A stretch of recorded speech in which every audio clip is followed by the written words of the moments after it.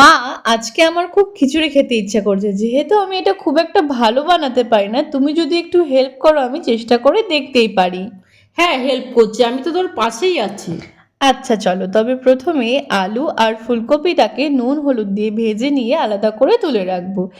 এরপর ওই তেলেই শুকনো লঙ্কা, তেজপাতা আর সাদা জিরে ফোড়ন দিয়ে নেব। ফোড়ন থেকে ভালোভাবে গন্ধ ছেড়ে এলেই মুগ ডাল আর গোবিন্দভোগ চালটা দিয়েও খুব ভালো মতো ভেজে নেব। দেখতেই পারছো এখানে আমার একদম ভাজা হয়ে গেছে, এটাকে আলাদা করে আমি তুলে রাখবো। এরপর এক হাঁড়ি জল নিয়েছিলাম, জলটা গরম হয়ে এলে এর মধ্যে 3 হাতা মতো গোবিন্দভোগ চাল দিয়ে দিলাম। সাথে আগে থেকেই ভেজে রাখা গোবিন্দভোগ চাল আর মুগ ডালটা আমি এর মধ্যে দিয়ে দিলাম।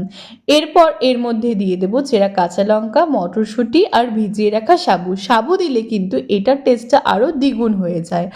আর এরপরে দিয়ে দেব চিনি, টমেটো, হলুদ আর জিরে আমি আলাদা করে গুলিয়ে রেখেছিলাম জলে, সেটাও। ও হ্যাঁ, দেখেছো তোমাদের সাথে কথা বলতে বলতে তো ভুলেই গেলাম, এর মধ্যে কিন্তু আমি পরিমাণ মতো নুনও দিয়ে দিয়েছিলাম, কিন্তু ওই যে বলতেই ভুলে গেছি। এরপর আদা বাটা দিয়ে দিলাম, সাথে আলু আর ফুলকপি ভাজা ছিল সেটাও দিয়ে দিলাম।